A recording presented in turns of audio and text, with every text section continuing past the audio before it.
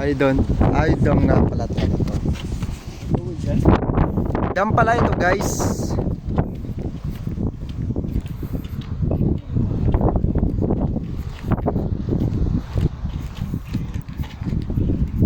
Ayan. Yes, ano, desierto tayo guys, desierto. Nandito tayo sa desierto ng Saudi.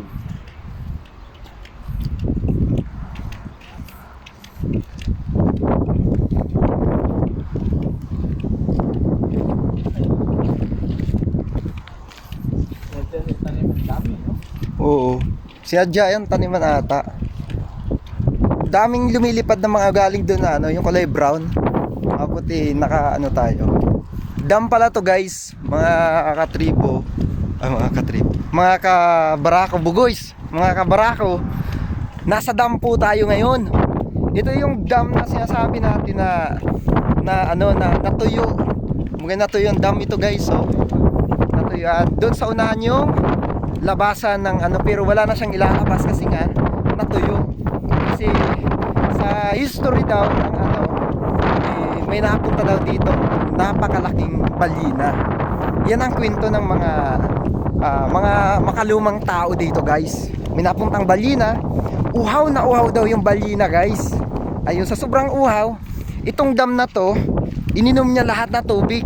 Kaya nangyari guys, nawalan tayo ng tubig.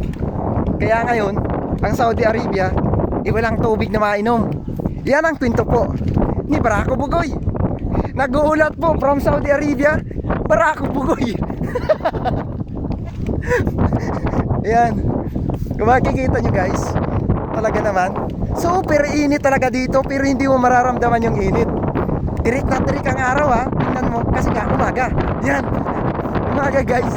Kaya nga tirik ang ano, nakakita ka bang tirik ang umaga, tirik ang araw na gabi?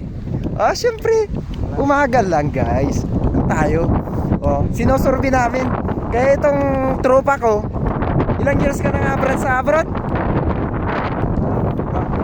Sa 5 taon niyang pagtatrabaho sa abroad, biro-biroin nyo guys, nakabili siya ng isang hacienda dito. Makikita nyo, sa kanya yan. Lahat na makikita nyo dito guys, pagmamay-ari nyo yan. Ganito kayaman si Barako Bugoy. Tingnan mo, may sarili siyang dam.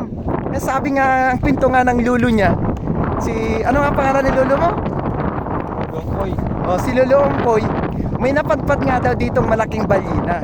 Ayan nga, mga katribo, makikita mo, itong mga bukol-bukol na yan, tayo yan ng langgam. Makikita mo tayo ng langgam guys. Dito ka makikita ng mga higante ang langgam. Ayan. Tingnan mo, biro-biroin mo. Yung nakikita mo mga building dun guys, ha? Pagmamay-ari niya yan. Sa kanya yan lahat. Biroin mo, naggawa pa siya dito ng mga butas-butas. Kasi nga guys, itong si Barako Bugoy, mahilig sa gagamba. Ayan, doon niya inilalagay yung mga gagamba, pinapatulog sa mga butas-butas na yun. Biroin na, talaga naman. Ayan, malapit na tayo sa finish line. Mga katribo. Nakikita nyo, talaga naman, wagi talaga si kabayan. Saan ka pa? Sa 5 taon niya sa abroad, nakapundar siya ng ganito kalaking lupain. Biro-biroin mo yan. Meron pa ditong dam.